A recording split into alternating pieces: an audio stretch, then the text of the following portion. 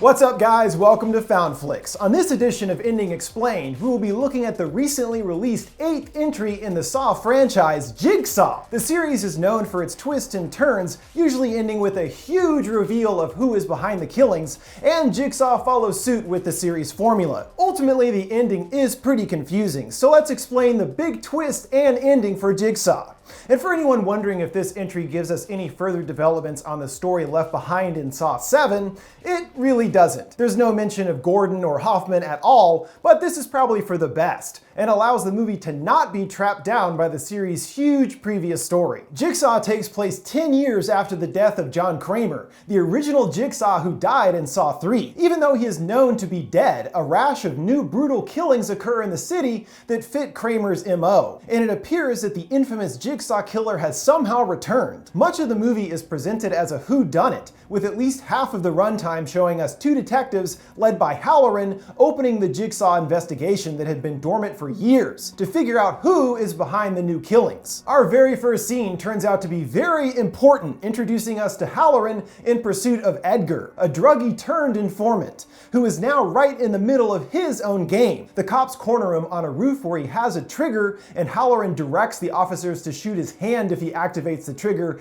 and not go for a fatal shot. Edgar says he has to push the trigger to start the new game, and does so, resulting in his hand getting blown off. But somehow one rogue bullet gets Edgar in the chest, gravely injuring him. And we find out the reasoning behind all this later. But for now, after the trigger is pressed, we see that a new game has begun. 5 people find themselves in an industrial room with chains around their necks and buckets on their heads. And on the other side is a wall loaded with rotating saws. Then a gravelly voice informs them that he requires them to give up some of their blood. Any amount will do. The chains pull them towards the saws and certain doom, but Anna figures out first that he said any amount of blood, cutting herself lightly on the saw, and her bucket comes loose, winning the first test. The others follow her example with varying degrees of success, except for the last man who had still been passed out when the game started. As the others make it out, it doesn't look like he's as lucky, being pulled into the wall of saws. After this, back outside, the buckethead body is found dangling from a bridge by a noose, and Halloran takes the body, seeking help of coroner team Logan and Eleanor. And based on their findings, everything about the body fits the pattern of Jigsaw, continuing to fuel the idea that Kramer is alive. But essentially everyone we see is presented as a suspect at some point or another, and not very subtly either. Like we find out that Eleanor is a frequent visitor to a Jigsaw fan website, and even has a studio where she makes replicas of Jigsaw's many famous traps. And you go, well, obviously she's the killer, right? Nope, it's just the most ridiculous red herring imaginable. One of the traps, the blender she has, we learn is from an original game led by John Kramer even before the first Saw, and none of the bodies were ever recovered. Back in the game, the remaining players next find themselves in a large farmhouse or barn, which is a strange setting compared to what we're used to with the grimy warehouses the series largely is set in. So that's why, to me, Jigsaw kind of feels like Saw Country Edition. It's just kind of funny. And they do mention later the farm is owned by Jill Tuck, Kramer's ex-wife, and that it is still in her family. Then our old buddy Billy rolls in on his tricycle, and just look at them shoes glitter. Looking fresh, Billy boy. He's here to present their next test, which is designed for Carla. Just as is typically the case in the series, all these people have done some atrocity in their past, with Jigsaw then picking them for the game, wanting them to repent for their sins. We find out that Carla, out of desperation, used to steal purses, and one time led to a woman dying, as Carla had stolen her medicine. She returned back to see the woman in pain, but she decided to flee instead. And the whole thing only netted her a measly $3 and some change. Certainly not worth it. We learned previously she had been injected with a poison and is now presented with 3 needles, one of which has the antidote and another which has hydrofluoric acid, which will kill her. The timers start and the chains around everyone's neck starts to pull them towards the ceiling. Ryan desperately tries to get Carla to inject the needles, but she's way too freaked out. So as they get ever closer to the top, he jams all 3 needles into her, freeing them from their chains. But of course, one of those needles has the acid in it, and Carla is melted away, using the same acid which we saw kill William in Saw 6. Fun acid fact. Next to be tested is Mitch, who we learn was chosen by Jigsaw for a personal reason. Mitch sold Kramer's nephew a bike, which Mitch said to be in good working order. But soon after his nephew drove it off, it malfunctioned, crashing and killing his nephew. He gets to face the coolest trap in the film, the blender. And Jigsaw even used parts of that crashed bike to make up the trap's construction. Mitch has to reach down through the rotating death blades to turn the throttle off,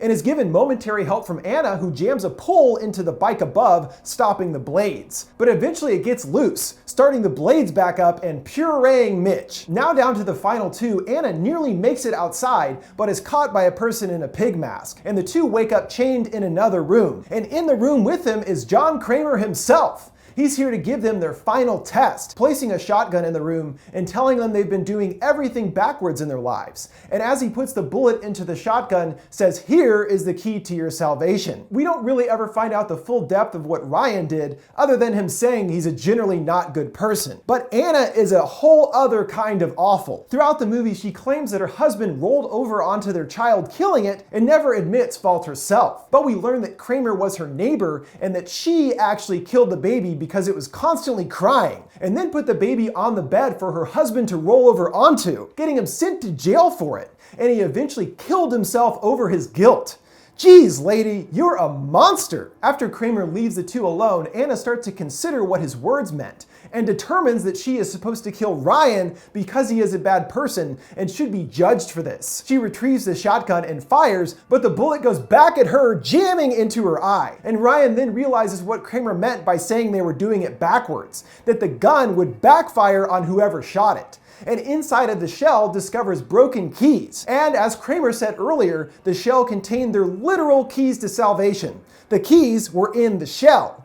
But now the keys are broken, and Ryan has no chance at escape or survival. But isn't Kramer dead? What's going on here? Well, strap in for the twist, my friend. It turns out the game we've been watching throughout the movie actually occurred in the past, and is the aforementioned original game led by John before Saw 1. That's why John is seen alive here. This whole plot takes place in the past, while the police investigation is occurring now, 10 years after Kramer's death. And the bodies that have been recovered by Halloran were from another game going on now that is an exact recreation of that original one, led by the new Jigsaw. So for example, the Buckethead body in the park isn't the one from the original game we've been seeing, but from a new, different game taking place in the present, because the bodies were never recovered from the original game. And once Halloran and Logan make it to the farmhouse location, they indeed discover that the original bodies are still there all these years later, rotting away. After both wind up trapped in laser collars, it appears that Logan is killed, but not so fast. His lasers were fake, and he reveals himself to Halloran as the new Jigsaw. If you're like, who the hell is Logan? He's just some guy, really. But they do try to tie in his story to the series in a substantial way.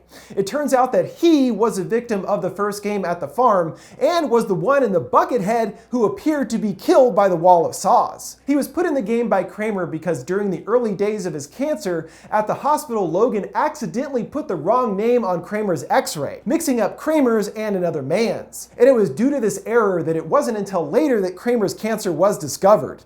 If it had been detected earlier, he might have had a better chance at survival. Thusly, Logan was chosen to be tested for his mistake. But at the moment he hit the Wall of Saws, Kramer came and rescued him, not wanting him to die over what was essentially an accident. After this, Logan was recruited as yet another longtime secret protege of John's, even helping him to develop the reverse bear trap from the first film. So again, Logan has been part of Jigsaw's team since even before Saw 1, before Amanda, Hoffman, Gordon, all of them, and we've never heard about him before. This is kind of ridiculous to consider, but okay, sure, fine. Another longtime secret protege. To think about it in the context of the grander story, it makes sense that Logan left working with Jigsaw and at some point returned to his normal life, as it seems there was a specific incident that triggered him to return to killing, the death of his wife a few years ago. And we find out that Halloran is in a way directly responsible for Logan's wife's death. And Logan's game this time, it seems, was designed to trap Halloran and frame him for the new murders. Naturally, Halloran is a corrupt cop, and the man Edgar, who was Halloran's informant, was allowed to walk free because of Halloran needing him. And it was Edgar who killed Logan's wife. So that's why he is now seeking revenge on Halloran. He allowed Edgar to be free because of his needs, leading to his wife's death. And Logan already put Edgar into a game as seen at the beginning of the film. And it was Logan who fired that shot into Edgar's chest using the same bullets as Halloran's gun to cause further doubt about his character. So Halloran is chopped up by the laser collar, and with Eleanor's alibi, will be able to get away with everything and continue his games.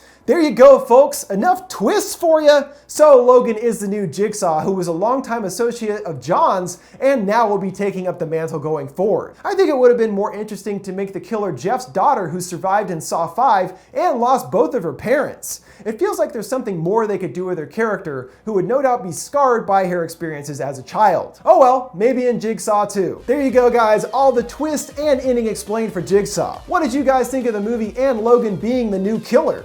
Let me know your thoughts in the comments below. Make sure to like, subscribe, and follow. Thanks for watching FoundFlix. See you next time.